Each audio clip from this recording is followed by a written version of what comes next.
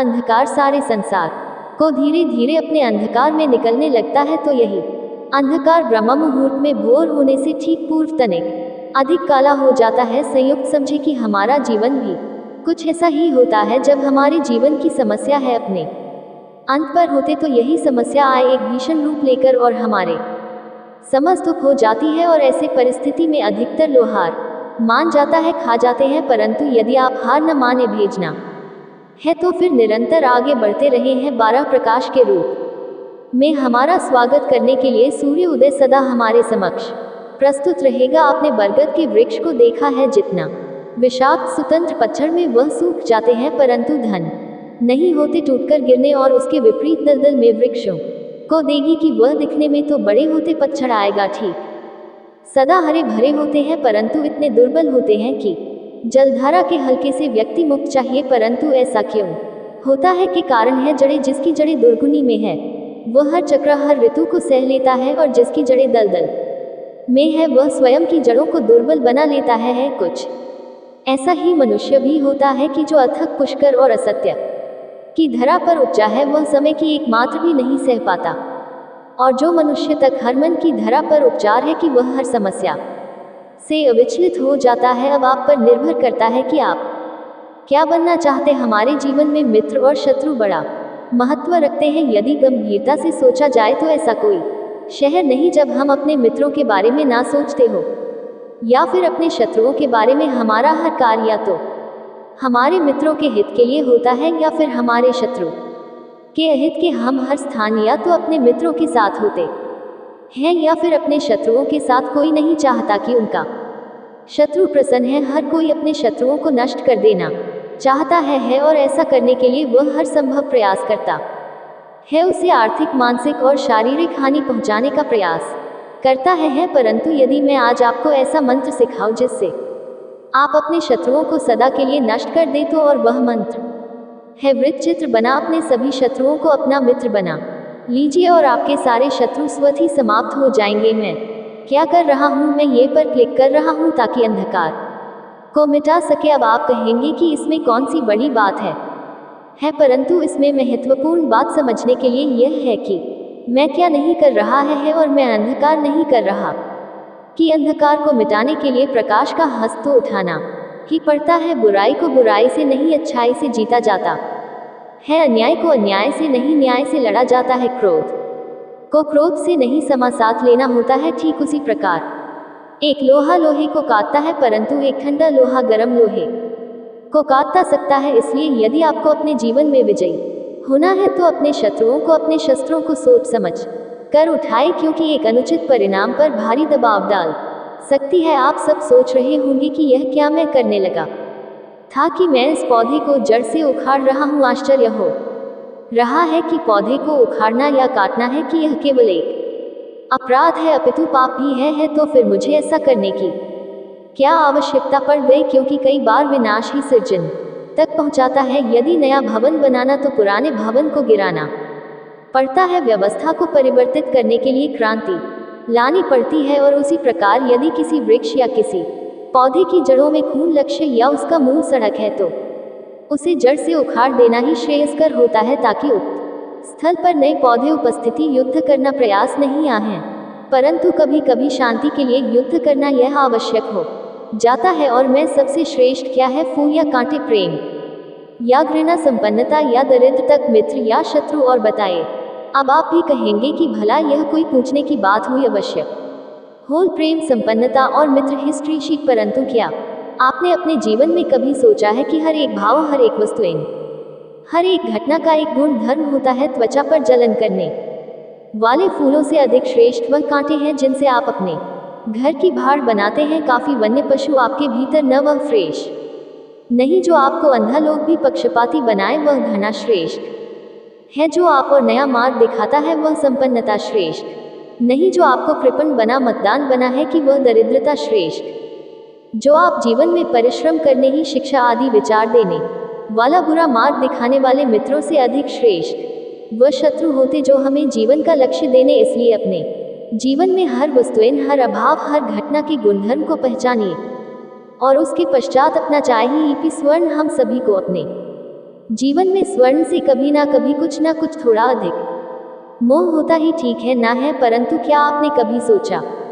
कि स्वर्ण को प्राप्त कैसे किया जाता है? जब भूमिगत खदानों से इस पॉइंट को निकाला जाता है तब वह एक पाषाण की भांति होता है, ऐसा पाषाण जिससे आप किसी को भी मार सकते हैं, परंतु उसे आभूषण के रूप में स्वयं के शरीर पर धारण नहीं कर सकते। यदि उसे आभूषण बनाना है तो उसे लंबी यात्राएं करनी होती है, उस पाषाण को पिघलना होता है, सुनार के हथौड़े ही अनेकों छोटे खानी पड़ती है, फिर काट छांट और उसके पश्चात जाकर वह ऐसा आभूषण बनता है जो हमें वर्ष होता सदी युद्ध लुक आता रहता है। इसलिए यदि आपको समय पर विजय पानी तो स्वयं के निर्माण पर समय देना होगा। हम सभी सुनते आए हैं कि जो दूर होता है, साहसी होता है, शौर्यवान होता है, उसके समक्ष सारा संसार झुकता है वीर भोग्य वसुंधरा।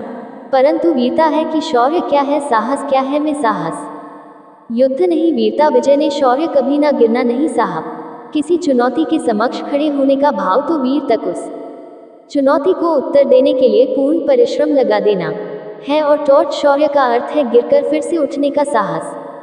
रक्पा बार प्रहार करके वीरता दिखा, निरंतर प्रयास करते रहे, निरंतर परिश्रम करते रहे हैं, इसलिए विजय होने से अधिक महत्वपूर्ण है शौर्यवान हो चुकी। जो शौर्यवान है उसे विजय मिलना निश्चित है। कभी किसी पक्षी को हौसले की नीति बनाते देखा? अथक परिश्रम करके तिनका तिनका भिगोकर वह पक्षी अपना घोंसला बनाता है, अपनी संतान के लिए एक सुरक्षित घर बनाता, और फिर कहीं से तीव्र आंधी आती है, भारी वर्षा होती है और उसका हौसला तिनका तिनका करके बिखर जाता है। फिर वह पक्षी क्या करता है? वह रोता नहीं, ना ही विलाप करता है, वह बिना विलंब करे फिर से अपना घोंसला बनाना प्रारंभ कर देता है और सफलता पाता है। फिर हम क्यों छोटी छोटी और सफलता से भयभीत होकर परिश्रम करना छोड़ देते हैं? कि 15 सदा स्मरण रखिए कि हर वृक्ष कुल्हाड़ी कि एक मार से नीचे नहीं करता, हर चट्टान घंटे एक पहाड़ से नहीं टूटती। सफलता पाने के लिए अनवरत परिश्रम करना ही मात्र एक मार्ग है। फ्री कारण सत्य स्वीकार कारण मनुष्य के लिए बहुत ही महत्वपूर्ण। जब तक मनुष्य सत्य को स्वीकार नहीं करता, उससे असत्य से लड़ने की शक्ति प्राप्त नहीं होती। जब आप भोजन करते हैं तो क्या होता है? आपका पेट स्वीकारता है कि वह भर चुका है और आप भोजन करना बंद कर देते। जो आपको निद्रा आती है तो क्या होता है कि आपका मन स्वीकारता है कि आपका शरीर थक चुका है और उससे विश्राम की आवश्यकता है। उसी प्रकार जब आपको कितनी व्यसन को रोकना हो तो आपको स्वीकारना पड़ता है कि बहुत हो चुका, चाहे वह लालच हो या मदिरा पान। उस व्यसनों का त्याग न तभी प्रारंभ होता है जब आप ये स्वीकार कर लेते हैं कि आप उस व्यसन खेल बंद भक्त हमने से ऐसा कोई नहीं जिनकी परछाई उनसे दूर रहती थी। हमारी परछाई सदैव हमारे साथ रहती है। कदाचित हमारी परछाई हमारे कर्मों के फलों का संकेत तराशते, इसी कारण कई बार हमें अपनी परछाई से भय लगता है, परंतु इस भय से निवारण पाने का एक साधन अवश्य वह है सूर्य की और मुख तक या किसी प्रकाश स्रोत की ओर मुख कर चुके तरफ हमें हमारे परछाई दिखाई नहीं देते हैं। इसे जीवन के संदर्भ में देखें तो ये प्रकार का स्रोत शुभ कर्मों की चेतना। यदि आपके मन में शुभ कर्म करने की इच्छा तो आप कभी भी अपने कर्मों के फल का भय नहीं हो चुकी है। यदि आपका मन स्वस्थ हो सकता तो आप एकदम शुद्ध होंगे और शुद्ध कर्मों का फल कभी शुद्ध नहीं हो सकता। आज मैं आप सबको एक कथा सुनाता हूँ। एक दिन प्रातः एक व्यापारी अपने घर से निकला। घर से निकलते ही में एक बिल्ली ने उस व्यापारी का मार्ग काटते थे। व्यापारी घबरा कर वह फिर से लौट गया और शुभ घड़ी की प्रतीक्षा करने लगा, और जब वह अपने घर से निकला तब वाहन जा चुका था, जिससे राजा तक पहुंचकर उसे राजा क्रोधित हो गए। राजा ने उस व्यापारी का व्यापार बंद करवा दी। इस कारण वे क्रोधित होकर घर पर अपनी पत्नी अपने बच्चों समय में वापस चले गए, और उस व्यक्ति के जीवन में कुछ रह गया था तो केवल अंडे का सफेद का कारण कि वह उस बिल्ली को मानता रहा जिसने उसका मार्ग का आटा। ऐसा ही एक दूसरा व्यापारी राजा को भेंट देने निकला, और उस व्यापारी का मार्ग भी एक बिल्ली ने काट। वह व्यापारी तभी घबराया, परंतु उसने आगे बढ़ना अधिक उचित समझा। राजा तक उस समय पर पहुंचा। उसने राजा को भेंट। राजा प्रसन्न हुए और राजा ने व्यापारियों को अपने व्यापार बढ़ाने की अनुमति। स्वर्ण आभूषण व्यापारी घर पहुंचा तो पत्नी को आभूषण और अपने बच्चों को देने के लिए वस्त्र थे उसके पास। हर और प्रसन्नता दिए हैं। आप समझ रहे हैं ना? दोनों के साथ एक ही प्रकार की घटना हो, परंतु दोनों की प्रतिक्रिया ढूंढ ऐसा ही हमारा जीवन भी है। हमारे जीवन में प्रारंभ का अपना स्थान है, परंतु उससे कई अधिक महत्वपूर्ण हमारी प्रतिक्रिया, हमारे दोष का प्रभाव, चुके यही हमारे जीवन को आकार देते। इसलिए अपनी सोच को सकारात्मक रखिए, आपका जीवन सदैव आनंदमय रहेगा। पिन 2 पात्रों को देख रहे हैं। इस पात्र में जल और यह बात निशान से भरा हुआ है। दोनों ही पात्र भरे, परंतु देख सकते हैं और मिश्री को जल मिला देते हैं कि जल ने मिश्री को अपना ले, मिश्री ने अपना अस्तित्व खो दे, परंतु जल हो अभिमान है कि उसका अस्तित्व अभी भी बना हुआ है। परंतु जो एंजल को चटकाया उसे अवश्य पता चल जाएगा कि यह जब वह जल नहीं रहा था, यह अब सर्वत बन गया है। जो हमारा प्यार, हमारे बलिदान ही ऐसे ही होते हैं। जो इस बात को अनुभव करते हैं वह समझ सकते हैं कि कैसे हमने इस समय की धारा को बदल दिया। जो बलिदान देते हैं उनका अस्तित्व कभी नष्ट नहीं होते, अपितु उनका बलिदान है इस संसार में कुछ न कुछ परिवर्तन अवश्य लाता है। हम सभी कभी न कभी, कहीं न कहीं अपने जीवन में यात्रा अवश्य करते हैं कि हमारी यात्रा में कभी पक्के रास्ते आते हैं तो कभी अच्छी तरह पक्के रास्ते मजबूत बनाता है और कच्चे रास्ते जानते हैं कैसे बनते हैं। संगीत की चलते चलते बन जाते हैं। जब लोग एक खान से जाते हैं तो पैरों के दबाव से नीचे की खास पसंद आती है। 5 बार उस मार्ग से जाने से धीरे धीरे मार्च फतेह बन जाता है और यही जीवन है, यही नियति। जब आपके जीवन में आपको मार ना मिले तो रुकिए नहीं, आगे बढ़ते रहिए और आपके पैरों के दबाव से मार तो तहजीब बन जाएगा। हम सभी अपने जीवन में सफलता चाहते हैं, उसके लिए हम रात दिन परिश्रम करते हैं, तभी मेहनत करते हैं, परंतु फिर भी असफल हो जाते हैं। परंतु ऐसा क्यों होता है? मैं अभी सोचा आप सब ने, क्योंकि सफलता पाने का मंत्र बड़ा कठिन नहीं, बड़ा सरल है। कुछ विचार, यह कुछ समय, उचित स्थान पर उच्च। हाँ, जब आपके विचार, समय, स्थान और यह का यानी परिश्रम उचित है तो सफलता ही को मिलेंगी। जिस प्रकार एक लोहे का लोहे से कुछ बनाते समय उस लोहे की सहित 8 तक के आने की प्रतीक्षा करता है और समय आने पर उचित स्थान पर प्रयुक्त बल से प्रहार करता है और लोहा आकार लेता है, ठीक उसी प्रकार आपकी सफलता भी आकार लेती है कि हम सभी को अपने जीवन में कभी ना कभी निराशा मिलती है और सफलता मिलती है, और अधिकतर लोग इसके पश्चात भाग्य का रोना लेकर बैठ जाते हैं। कुछ कहते हैं कि जिस स्थान पर मैं हूँ उससे कई ऊंचे स्थान पर होने के योग्य था, परंतु नहीं जा पा। किसी को पीड़ा है कि उसे जो मिलना चाहिए था वह उसे नहीं मिला, भाग्य ही बुरा था। हाथ क्या होता है? भारत में खिला पुष्प देवताओं को चढ़ाया जाएगा, किसी सुंदरी के वेश में सजे, या फिर उसे कुचलकर उत्पाद बना दिया जाएगा। ये सब पुष्प के नियंत्रण में नहीं होता है, परंतु जब तक उस पुष्प का अस्तित्व, सुगंध बिखेर ना उसके वश में अवश्य। परंतु धार्मिक, हाँ, ये हमारे वश में नहीं, और जो हमारे वश में नहीं उसके लिए दुखी होने से क्या होगा? कर्मवश व खींचे और धीरे धीरे भाग्य आपके वश में आ जाएगा, क्योंकि कार में ही प्रधान है मनुष्य की सबसे बड़ी दुर्बलता। क्या होती है? सोचे फने प्रेय की अहंकार है कि मनुष्य की सबसे बड़ी दुर्बलता होती है उसके रहस्य, चाहे आप कितने भी शक्तिशाली क्यों न, कितने भी प्रबल गुना, परंतु उसके रहस्य उसके नाश की चाबी होती है। इसलिए यदि प्रबल रहना है, शक्तिशाली रहना है, समर्थ रहना, तो अपने रहस्य को किसी को भी ना बता, नाम मित्र को और ना ही शत्रुओं को, क्योंकि इस समय पड़ने पर कब कौन शत्रु हो जाए ऐसा कहना संभव नहीं। विभीषण को रावण के अमृत को उनका ज्ञान था, इसीलिए प्रभु श्री राम रावण का वध करने में सफल हो सके। इसलिए उचित यही है कि आप अपने रहस्य को स्वयं तक ही सीमित रखें। मनुष्य का मन पवित्र होता है, कल्पना में ही में कार्य करता, संपन्न भविष्य का स्वप्न देखता है, और कल्पना में जो नहीं हुआ उससे भय खाता, और यही भय मनुष्य का सबसे बड़ा शत्रु है। हमारे भविष्य का मार्ग, हमारे आनंद के मार्ग में सबसे बड़ी बाधा है हवा। आप लोग मुझसे पूछेंगे कि इस आखिर क्या है, से मुक्ति कैसे पहचाने, तो ये प्रश्न आप स्वयं से पूछें।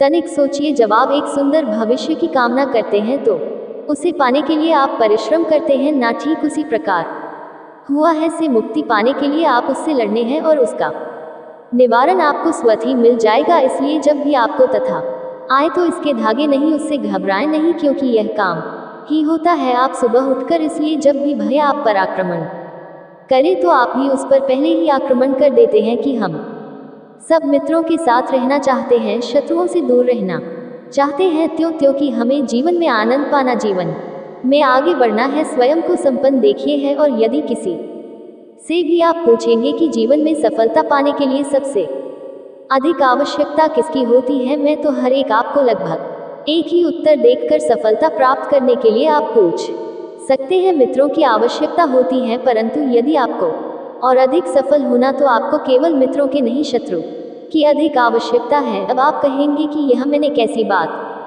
करते थे तनिक श्याम सुंदर, तब्दील संकट आता है तो मित्र क्या करते हैं, आपकी सहायता करने के लिए आपके साथ खड़े हो जाते हैं और संकट के समय में शत्रु और बड़ा संकट बनकर हमारे समक्ष खड़े हो जाते हैं। पवित्र हमें सहायता देते अपनी शक्ति देते हैं, परंतु शत्रु आपके भीतर छिपी शक्ति पिठों बाहर रहता है, आपको और अधिक बलवान झाल संगठित किया था मित्र, और साथ ही भी मनुष्य के व्यक्तित्व के लिए सबसे महत्वपूर्ण होते हैं। अब आप कहेंगे ये कैसे मनुष्य अपने व्यक्तित्व के लिए उत्तरदायी होता है, परंतु मनुष्य संगति में ना चाहते हुए भी उसका व्यक्तित्व संगत की भांति हो जाता है। कि इन पात्रों को देख रहे हैं कि मध्य में जल रखा है, अब इसमें दूध और इसमें मलिन कीचड़ रखा है। यदि मैं इस जल को कि इस धूप में मिलाता हूँ कर दो है तो ये जल आज दूध बन जाता है, और यदि इस जल को ऐसे मलिन कीचड़ में मिल जाता तो क्या हुआ, ये जल कीचड़ बन गए। ऐसी कोई व्यक्ति नहीं खुद जल बिना घुले मिले दूध या कीचड़ में अपना अस्तित्व